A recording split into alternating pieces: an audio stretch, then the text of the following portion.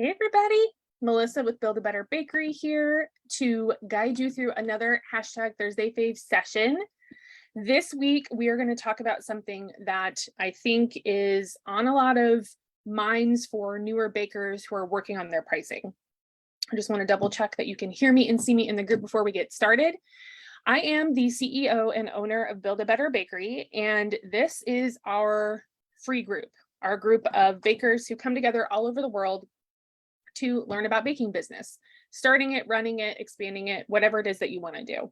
And our mission is to make it simple. So it might not be easy, but it will be simple when we do our step-by-step informational videos and challenges and posts, and everything that's in here is built specifically to simplify the business aspect of baking for you, and also offering genuine support, just like this video, genuine attention in the group when you ask questions, all that good stuff. Our team of 3 military spouses work consistently to mentor bakers all over the world. No matter where you're baking from, we can probably help you. We want to help you envision, start, manage, and expand your baking business so it can be fruitful and joyful in the future, right now and into the future, because it can be overwhelming and you can hit burnout as a baker. So we want to try to avoid that if we can. Go ahead and throw up your hashtag replay if you're seeing this on the replay. And if you are here live, go ahead and throw up your hashtag live so that I know you're here. Let me know how you are doing today. Good, bad, indifferent. Let me know down in the comments so that I can make sure I'm seeing comments. Now, today's topic is for those bakers who are perhaps emotionally pricing. What I mean by this is where you are pricing things based on what you feel rather than running the numbers and just taking the number and putting the price on the product. That can be an issue for a lot of people in the maker industry, not just bakers. But today I want to focus on baking specifically because, of course, you are the makers that I help. So I want to give you some mantras that I use to help myself overcome any guilt or issues when I'm trying to price profitably, so that I don't feel bad about it, and so that I understand that it's part of running a healthy business and it's fair, right? So we're going to cover 3 mantras. And even if you don't know any of your numbers, that's okay. I want you to listen to this today. And at the end, I have a couple options that you can take me up on if you want to talk more about pricing one-on-one, so that we can figure out what's going on and the best next step for you with your pricing process. Okay. If you want to stay in the know about these lives before we get started, you can check the events here in the group. I usually post the week of what we're going to be talking about. You can send me a friend request on the platform, Melissa Fryer. I will accept it, and then I can send you an invite every time I make an event. Or you can hang out on the email list if you would prefer to watch replays and not come live and ask questions. I like to send replay links out a week or 2 later or so that you can just click and watch. Some people prefer that, or they work or whatever. So you can jump on the email list too. You'll get other resources there as well. So it's just a good place to be. It's free. You can unsubscribe whenever you want. It's just a good resource for you to have. Okay. Hey, we have a lot of people here today. Okay. Kelsey, Audrey, Alantha, Jessica, Faith, Mandy. Good to see everyone. Now, as we get started, I'm going to go through these 3 things. It could push a couple buttons because it's pricing and we're dealing with emotions. So I just want you to put in the comments how you're feeling about these. If you have a yay or a nay emotion, agree, disagree, just let me know, because as I mentioned, pricing can be kind of touchy. So, and these might, if you're having trouble with emotional pricing, these might not sound good the first time, but I suggest maybe watching this now and then watching it again, maybe tomorrow, and listening to it again and seeing if it vibes with you then. All right, number 1, pricing out of guilt, i.e. emotional pricing, is not professional. This is not a judgment. If you are emotional pricing, this is where most of us start. Most of us emotional price at least some point in our business. So it's not a judgment if you're doing it, but just a heads up that it isn't professional. So pricing a product profitably, it's not wrong, it's not greedy, and it's not salesy. It's logical because you're using the numbers. It's realistic because you're actually telling the client what your products and services actually cost and what they're actually worth. And it's protective for you because your purpose is to serve, not to have to close down because you don't have any money. So there's a lot of, if you can change the lens on this, it is not greedy to ask for money for your time, just like any other person asks for money for their time at a job. You have more flexibility because you are in charge, but that doesn't mean you don't deserve less just because you're in charge. That makes sense. It is professional and respectful to you and the clients to price profitably, realistically, and fairly. Many bakers tend to price out of guilt rather than the numbers for many reasons. You might pop it in the comments if you're comfortable sharing. If you are pricing this way, why are you doing it? That will actually help me create more content for you if you let me know in the comments why you feel like you're doing that. Because makers in general, just makers, like people who crochet, people who sew, people who paint, people who are making things, handmade things, we're often undervalued just as a handmade industry because a lot of us price out of guilt for various reasons.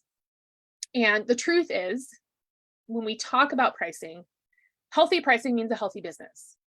So the ability to continue to serve at the highest level means that we have to figure out what the numbers are and what's going on with that so that everything can be healthy surrounding our productivity, our materials, our client base. Everything around you is going to do better if the pricing is on par with what's actually going on with your numbers.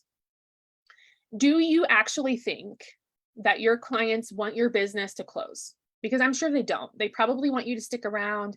They want you to keep your doors open. They want to be a part of your journey. But the pricing has to pay the bills or you can't run the business, right? If you're not making any money, let's say you work at home and you don't have a ton of bills, okay, that's fine. But that doesn't mean that you can't price profitably. And more than likely, if you aren't making any money for all this time you're spending on these specific projects, you're probably going to close, right? Because it's not worth it to you. You could be doing something else with your time. And I doubt your clients actually want that. So trading a correct amount of funds for a service being performed for somebody else is just simply fair, right? It's just a simple, fair trade-off. Number 2, emotional pricing and other forms of undercharging. There are other ways that you can price, like guesstimating and looking at other people in your industry and just copying their prices. More than likely, you're going to be undercharging if you're doing any of that because you're not using the numbers, you're using other aspects of the world to determine the number that you're charging rather than the costs of the business. Doing this is harmful, not helpful. It is not helpful to undercharge to anybody, including your clients, and I will tell you why. If you undercharge for your services, it may land you, let's say, some sales, but these are going to be the clients who are not ideal. So you might get some sales, and maybe they are the clients that would stick around later on with higher prices. But in general, the mentality of someone who wants to buy something dirt cheap is not the type of person you want to work with in a handmade industry because they are not valuing you and your time. Like they're used to buying things that are made by machines and put in a gas station. That's not you. That's not what you're doing. You do artisan work. It's a completely different category. You are not Walmart. You are not your local grocery store. It's just different, right? It's just a different thing. So at the same time, you might make a few sales and think, yes, like people are buying it at this price. This is the right price. I don't really know what I'm making, but it's the right price because people are buying it. That could be happening. But at the same time, you could be harming your reputation. You could be harming client expectations. You could be harming other local makers and the baking industry as a whole. So I just want you to kind of change the lens again on when I'm pricing something, I'm actually affecting a lot of things around me, not necessarily just the money coming in and out of my business. I'm affecting the whole, everything that my business touches or that is visible, people that can see my business or other businesses in my area. So to hit on each of those to explain what I mean, those clients wanting a deal, the ones that are buying from you for dirt cheap prices, they're not the clients that are going to come knocking with their cards in hand usually, because it's usually a priority issue rather than a fund issue or a budget issue. A lot of times it's just priority, right? There are some people who don't make very much money, but if they want a really nice cake for their kid's birthday, they will pay for it because that's a priority to them. But maybe the rest of the year, they're not interested. So there's differences in priority, of course. But those type of people that really only buy from you when things are free are cheap. These are mostly the mindset of kind of scraping the bottom of the barrel, getting whatever they can get because they can. It's not a, I'm not going to say it's very super harmful, but because you're in charge of your pricing, you're actually allowing them to continue that process with you rather than saying, no, like I don't play that game. We don't do that. So realistically, the people buying at the low prices are not your ideal clients if you want a profitable business. If you're trying to break even, maybe. If you're trying to take home an income for your skills and your time, probably not. Now, if you start to or continue to run with those really low prices or the emotional pricing that we know is more than likely undercharging, that's the reputation that you and your products will have long term. So when you go to a store, this is an example. When you go to a store and let's say there's 2 bars of soap, just real simple. They're sitting on the shelf. One bar says it's 55 cents. The other bar says it's $2. Immediately, the first thing you think, do you think, oh, the cheaper one's probably made with like less good ingredients, right? Like worse ingredients. More than likely, but maybe it doesn't work as well. It's not sudsy, it's not luxurious, right? For me, that's what I think. 55-cent one is get the job done, nothing special, nothing artisan. The $2 one, maybe we got something special in there. Maybe it smells really good or feels really good. So your anticipation of pricing, your client expectation is lowered when you have lower prices. So people are going to think your products are not as good if you don't charge very much for them. That is the initial thought they'll most likely have, especially if other makers in the area are higher. They're going to think, oh, well, she sells it for less, so it's probably not as good. Or your ingredients are subpar or whatever it is, right? So I want you to keep in mind that think about the way that you buy things and attach that same thought process to other people because it might be similar and you might be kind of forgetting that people make those assumptions with low prices. Hey, Denise. Denise says, does anyone take into account in your pricing the office? Yeah, office supplies is under overhead or I'm sorry, under materials. Printing paper, Post-it notes, price cards, markers. Yeah. Hey, Mags, good to see you.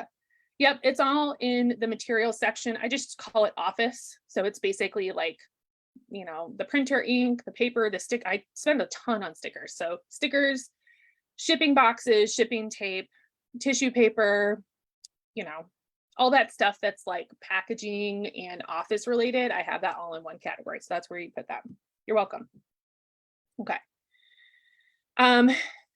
And I would also say that client expectations are essentially trained into them, right? So it's your job to kind of tell them what to expect from you. And as they deal with your business, they're gonna get used to how you do things.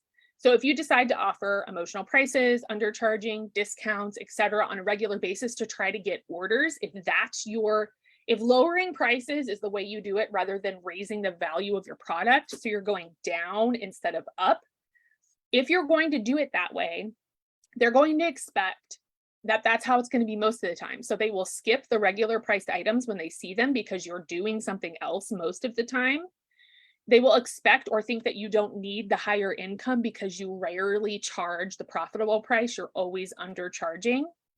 And it's really just a realistic income, but they see that as more because you're usually discounting things. So you don't want to train them into thinking that you're going to do that all of the time. Expectations must be built continuously with healthy pricing. And I would suggest instead of discounting, you can discount and do giveaways and stuff once in a while. That's fun. People like that. That's client nurturing. That's okay. But for your general purposes, I would suggest bundling or raising the value of your product by adding little bits to it that people might want to get people interested rather than taking money out of your own bank account to try to get people through the door. Okay. Undercharging harms the other makers. I want to talk about these two things too, makers in the industry. Because what's happening is, let's say I bake cakes and that person makes jewelry. If I am undercharging a lot and there's not a lot happening with my pricing to pay me, then the other makers in the area are also going to have questioning on their handmade labor hours. Well, she doesn't charge very much for a cake, and I know that takes 8 hours. So why are you charging this much for a necklace? I'm sure it doesn't take you that long. They'll start to compare y'all, even if you aren't both in the baking industry. Just the entire makers community is going to be brought down if we don't know our numbers and if we're not charging profitably.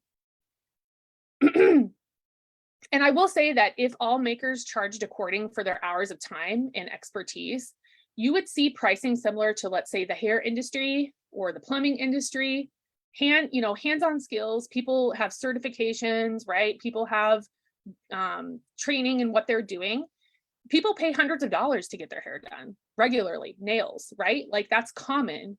But when it comes to other skills, the prices start to drop. And I don't understand why that is. So I would like to have more of an industry in the baking industry similar to those, where it's just common and expected that the bar is risen and that community as a whole is charging profitable pricing. And lastly, the baking industry is already fighting for legitimacy because baking is often seen as a domestic skill. Okay, unfortunately, even though we know it takes a ton of time and effort and practice and everything that goes into it, and our materials cost a lot of money, for some reason, the domestic skill in the US is highly underpaid, right? So childcare, sewing, cleaning services, all this stuff is hard and it takes a lot of time and patience, yet we have trouble teaching, right? Yet we have trouble paying these people correctly. Well, I don't know what that is about, but I think we can work as makers and domestic skill artisans together to ask for what we deserve as a group, and each and every baker and those who are domestic skill artisans can hopefully begin to charge more and charge correctly for their time, raises the bar for everyone, and we can all move up together, right? It's about helping the client understand my time is just as important as your time. And that rolls into number 3. Your time is just as important and valuable as another person's time. Once I taught a class, I told someone how long it took me to prepare for the class. It was a cake design class. So I was telling her how long it was taking to create the cakes that they were going to decorate. And she said, oh, okay. I always wondered why cakes were so expensive. And then I asked her, how much do you make at your job per hour? She told me, and I said, okay, it took me 8 hours to do that. So how much is that cake? And her mind was blown. She had never considered that every hour of my time was just as important as her time. No shade to her. She had just never thought about it that way.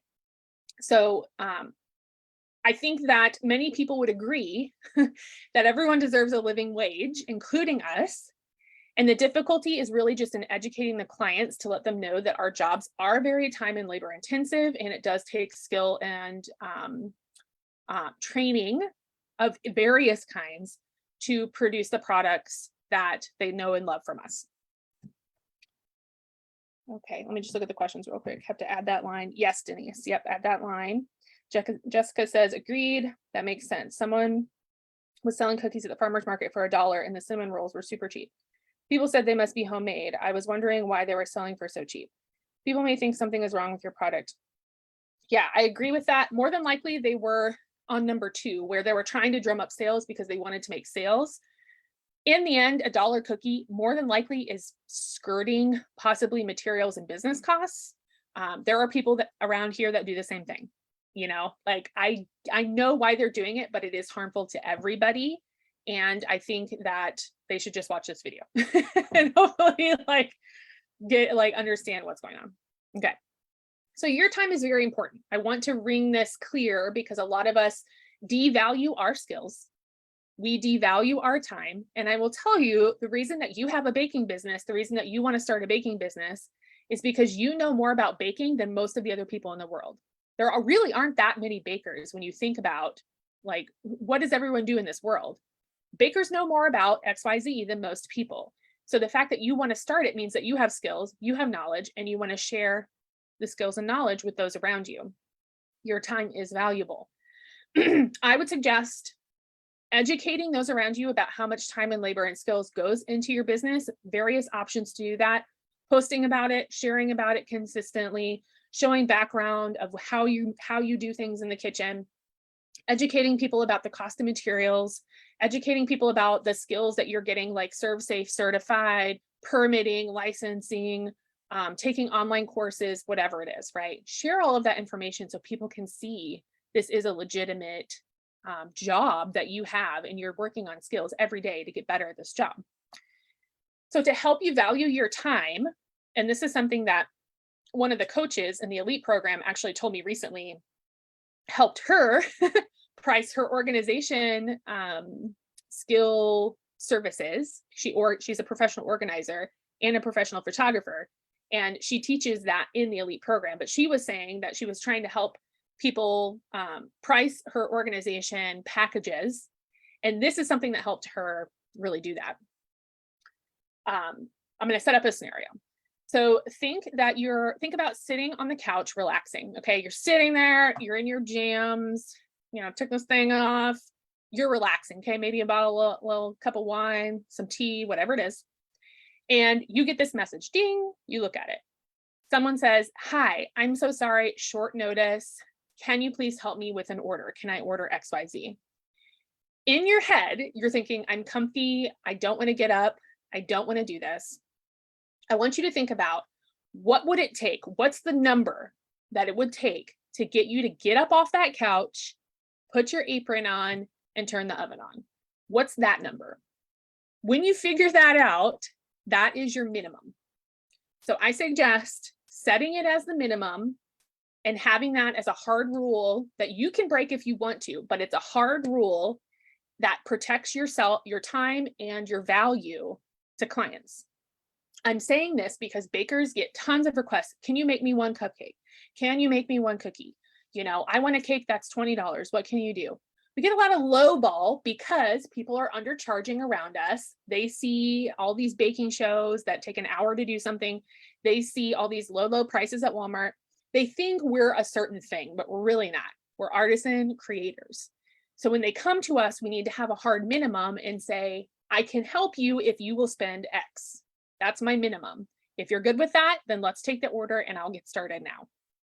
And if they're not, and a lot of them will not be, that's okay. And that's saving you from wasting your time on a teeny tiny order when you could be helping yourself relax, spending time with your family, doing something else that you want to do. Because when it comes down to it, is $5 or $10 really worth 8 hours of your time? No, absolutely not. So we need to have that minimum to protect you. And then the other positive to this is once you set that minimum with your profitable pricing, every time you take an order, it is worth your time every single time. And you can keep open spots of time for those big orders instead of filling them with tiny orders and then not being able to take big orders because you have filled, five $30 orders when you could have taken a $500 catering order, but instead you can't because you took all these tiny orders first. So it's a really good way to help you legitimize your practice. This is where I start. And, if you're in the kitchen already and you're baking and someone asks, that's a completely different story, right? If you can just quickly do it, not a big deal, make sure it's still worth your time. That's, obviously I'm not saying never to take little things, but generally, I think a minimum will protect you in what you're trying to do. Okay. Now here's a bonus. I hear this almost instantly after I bring up all this stuff. The bonus is, if you're using the excuse of people won't pay me, people won't pay that amount. I want to ask you, I hear you, I validate that you feel people will not pay that amount because internally you're saying, I won't pay for that, or I've never seen someone pay for that. First of all, your clients are not you. Your clients don't know anything about baking. They're here to get served. You're the service provider. So you're in two different categories. You are not serving yourself. So to say people won't pay that, I want to ask, have you actually tried? So have you actually priced it at X, whatever that number is, for 4 to 6 months and taken the data that they won't buy it? If you don't have 4 to 6 months of sales data on a pricing point for a product, you don't have a really good snapshot. And really, you need realistically a year or two to get a good idea of, will people pay a certain price? But if you don't have any of that data, that's emotional pricing. So for you to say people won't pay me that, you are standing in your own way and you really don't know if they will or not. You're just saying, I'm not even going to try because I don't know, you don't want to be embarrassed, or I'm not sure. Maybe you can tell me if that's happened to you. But if you have the data, use that excuse. I agree with you. Don't do it. If you know they won't pay, figure out something else. If you've not actually tried, price it profitably and see what happens. I'm just giving you the permission to do it. Give it a shot. You can change your prices whenever you want, but I need you to leave it on there for a few months, or else you won't have any good data. If you just try for a week and no one buys it, that's not good enough. Okay. So price it profitably, see what happens. I think you'll be surprised that many of your clients and the new clients you're going to be attracting by your profitable pricing positioning will want to spend money with you. They want to be a part of your successful journey. They want to inject money into their local community, and that could be with you. Sometimes we forget people want to spend money. That's a good thing, right? So why can't you be there with profitable pricing ready to go? And that's where they can spend their money. Okay, not seeing any questions. Good, good. If you have any, let me know. So the 3 mantras or ideas we've gone over: pricing out of guilt's not professional, no judgment, but it's not professional. We need to professionalize this so that your business can actually succeed. Many businesses, it's like, was it 50% of businesses in the first 2 years fail? You don't have to be in that group, but you have to professionalize the pricing to get out of that bottom group. 2, emotional pricing and other forms of undercharging are harmful, not helpful. It's not good to undercharge for anyone, including you, your clients, or anyone around you. And 3, your time is important and valuable, just like everyone else's time. Setting minimums, having the profitable pricing is a healthy move for you to learn to value yourself more. You will feel better about your job and what you're contributing to society if you are valued via funds traded for services, because you are a business, right? You're not a charity. You're not here. You might do charitable things on your terms, but your entire existence is not to be a charity to everyone around you if you're trying to run a business. So it will help you feel better when you start charging what makes sense to pay the bills. Okay. Here are a few frequent worries that I want to end this on, because again, I get the, well, no one will pay that. That's the first thing I hear. And then I hear these. But if I price profitably, all of my items will be so expensive, and I know people will want less expensive options. You're probably right, especially if you're transitioning into a different payment bracket, a different pricing bracket. So here's a suggestion. If this is a case, it's something called a value ladder that we cover in the elites. And I talked to you about building a value ladder. What does it look like? How do you fill out the sections? How do you make sure you've got low end, high end offers, entry offers, middle offers, whatever it is? If you know you need more entry offers, the low cost offers, determine a few items that you can make fast, easy, and cheap, and include those in your market tables, your menu, etc. This could be something like a Rice Krispie treat, a drop cookie, a pretzel, a tray bake, something that's fast, something that's yummy, something that kids and adults both like, and have those available at the lower cost options, while your other products, everything is still priced profitably, but you can take this down a little bit because the materials are cheaper. Not everything you do is going to be cheap. So having a spray of options is better than just having everything super expensive or having everything super cheap, right? Having a value ladder is a good idea. You could also make smaller portions. That could be an opportunity to lower the price a little bit. Or you can make variety packs. People love and get excited to pay for variety packs, and even a higher cost variety pack if they can get more options. So that's another opportunity for you to make your offers more enticing. Another one I get: if I raise my prices, I'll lose my clients. That is a genuine worry. You may lose some people in the process, but those aren't the people who are paying the bills. They're there to get cheap products. They aren't going to help your business thrive, because if it costs you $2 to make that cookie and you're charging $2 to sell it, and they're paying you $2, they're asking you to do it for free, and that's not okay. So that's, yes, they're giving you money, but they're not really helping your business thrive. They're kind of just taking a spot, if that makes sense. And not necessarily will you lose people if you change your pricing. I personally buy from makers all the time here. There's a lot of home-based businesses that I patron who could absolutely raise their prices, and I would be okay with it. If you are getting consistent tips, that's a really good sign that you're probably not charging enough. Just a little side note there.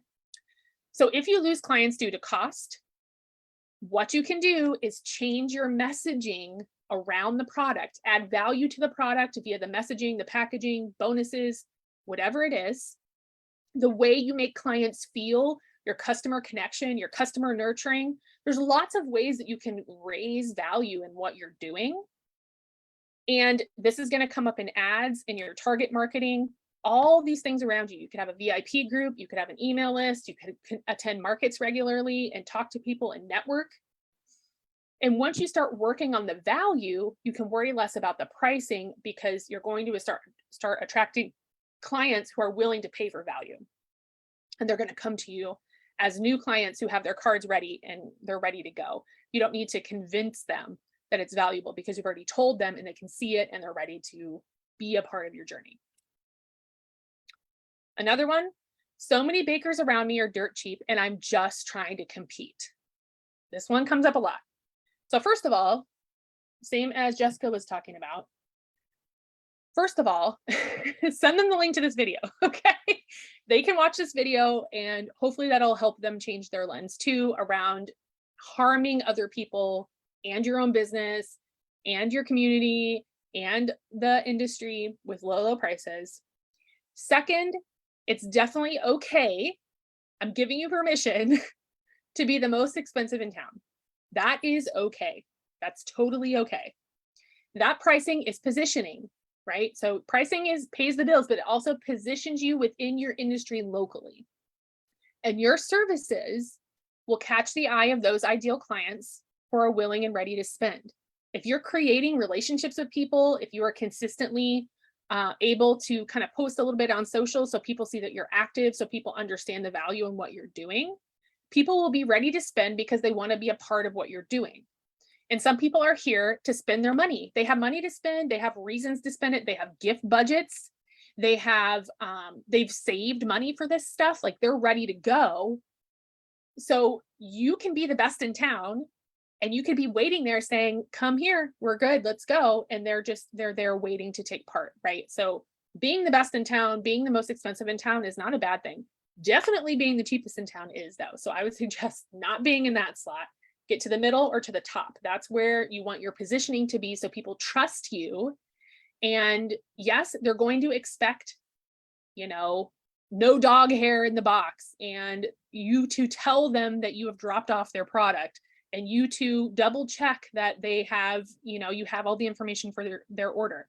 You do have to give them a good experience, but that should be your intention anyway, right? Like we should be intending to help everyone feel really good about working with us. Okay, and then the last one that I hear a lot, they hear all this and they say, yes, like I agree with you. I don't want to do emotional pricing anymore because I know I'm undercharging. I'm scared to do my taxes because I don't even want to look at these numbers. I'm doing it because I love it, but I'm not making any money. But I don't really know any of my numbers like at all. I haven't looked at it and I'm nervous. So if you don't know your numbers, I can almost guarantee that you are undercharging. It's rare that you would just come up with a number that's going to cover all the bills because there's so many background numbers that we don't notice that we do need to cover in the pricing, but we kind of forget that we've paid them. Insurance coverage, a big order of bulk boxes, all that flour you bought last week, all that stuff is kind of floating in the background. And we really do need to pay attention to what's going on with that. So unfortunately, it's just how it goes, right? If you don't have the numbers, you're probably undercharging. And it is your job.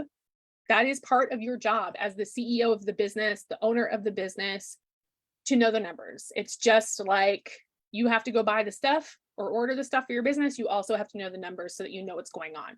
Otherwise, you're kind of flying dark, and that's pretty scary. So knowing the numbers might feel a little awkward at first, but I promise it will give you strength, knowledge, wisdom, understanding, so you can make better business choices as you move forward. Now, I personally practice a type of pricing that's highly healthy and highly protective. I've made this myself, the formula. It is meant to cover every single little thing, turn over every rock, dot the I's, cross the T's, and make sure everything is settled so that when I take money home, it is mine. It's not going back into the business because the business pays for itself. Okay. So this is overhead, depreciation, labor wages, materials, business profit. It's 5 different things. It is not materials times 3 because that's not a real formula that takes numbers into account. Besides materials, we're missing 4 categories with that. That's why it doesn't work. I don't know why people teach that. I don't know, but it's not professional. So this is closer to what a professional situation would look like. Lots of different numbers coming together to equal realistic numbers for pricing. Now, covering all the bases and making sure your income stays your income is key here, right? When you walk home, when you go home at night and you know I have XYZ, I want you to be able to take that and spend it and use it on your family and use it on your trips and buy the stuff you want and have that be your income. Pay your household bills, whatever you need to do with it. I don't want you to have to put it back in your business, honestly. Now, I have two options for you if you'd like to finally get into more understanding about baking business pricing and where you're at and where you need to go. Because I want you to price profitably from here on out. Like, I want you to take this information and make a change so that we can all, as an industry, get up to the top and have our skills priced correctly, right? I want everyone to do better. So one thing you can do is set up a 20-minute free consult with me. We sit down for 20 minutes on the phone or on Zoom, whichever you want, and we can just chat about pricing, where you're at, what you're doing. I want you to be aware, though, that this is more of just like a troubleshooting session, just like a quick talking little chat session, because I can't help you with all of your pricing issues in 20 minutes. That's just not realistic. But I would love to sit down and just talk and kind of see where you're at, so I can tell you what resource might make sense or where you could go to get more information about XYZ, wherever you're at. So you may get a few small solutions, but you will not be pricing profitably after a 20-minute conversation. Like, that's just not realistic. But I can definitely get on the phone with you or on Zoom and we can chat about it. Or if you either after that conversation or you just know you want to get in and start working on it, there's a full pricing course available on Teachable. We have it set up. It has, well, first of all, it comes with an entire month of complimentary group mentorship. So that's the bonus that you get with that. You get to come in and have the mentorship from all of your coaches, all of your mentors inside the group. You have access to the challenges we're working on, a huge vault library of lots of other information that you can pick and choose whatever you want to focus on. You can just watch the info, ask questions, etc. It comes with a whole month of that, plus plenty of pre-made chart templates. As you're getting those numbers together, charts to put all the numbers in, including a whole final pricing chart that you can set up yourself and print out. It comes with instructional step-by-step videos and email correspondence with me as you work through the material, so you can stay on task and build your pricing in just a few days' time if you focus and work through it and get everything done. And you can ask me questions along the way. So in either case, we can work together to get you on top of your pricing and building a healthy business from here on out, right? You don't have to stay in that group. We can get to the other group that's profitable and running a healthy business. So if you'd like the call or the course or both, you can always comment here or DM me with what you want links to. I can send you the info and let you know what's going on with us currently. So if there's any extra bonuses, any specials, anything that's happening with those products or services, I can let you know either usually through DM, but you can email me too if you want, if that's easier. For sure, you're welcome, Anita. Audrey says, this was amazing. Thank you, Melissa. I always price based on my feelings rather than value, and every order causes me to end up hating. No, okay. So Audrey's making a really good point right now. So she's saying, I love this. I want to do this, but every time I price it, I know it's wrong. I know it's not enough. And I spend all those hours working and just injecting myself and my skills into this product. And she says, I hate what I'm doing. And that is absolutely not what we want, because again, we're about like creating joy and making this a healthy relationship between you and your business and your clients. So I think that what's happening is more than likely she is knowing that she's not being valued, and that hurts. Nobody wants to be undervalued. And the sad part is we're kind of doing it to ourselves, right? Because we're quoting it and then we're like, shoot, that wasn't enough. And now you're doing this thing and you really don't want to, you don't even want to do it because you feel like you're wasting your time, and nobody wants that. So hopefully, Audrey, hopefully it sounds like you enjoyed the talk. So hopefully something in here could change a lens. And like I said, if you want to talk to me for like 20 minutes, we can talk about what you're doing, what's going on, kind of see, what's the next step, or something that you could focus on in the next couple of days to try to get to the bottom of your pricing, or even to get out of that cycle. I'd be happy to help you if you want to do that. Or there's that whole course too, if you just want to jump in and do it. Totally up to you. Either way. Okay. I'm not seeing any other questions, so I am going to hop off here. I'm going to work on some specialty ice cream cone cake pops, which I normally don't make, but someone paid me a lot of money to make them. So again, my minimum, I said, okay, I'll do it. I'm gonna go work on that and carving a little strawberry cake for her too. So I will do that, and I will be in the group if y'all have any questions. My inbox is open if you want to DM me, ask me anything, comment on this video, etc. Always here to help, always here to make sure you feel confident, joyful, excited about baking and keeping your business going. And we're just happy to have you here. So hope you have a great Thursday, and I will see you next week. Okay, bye.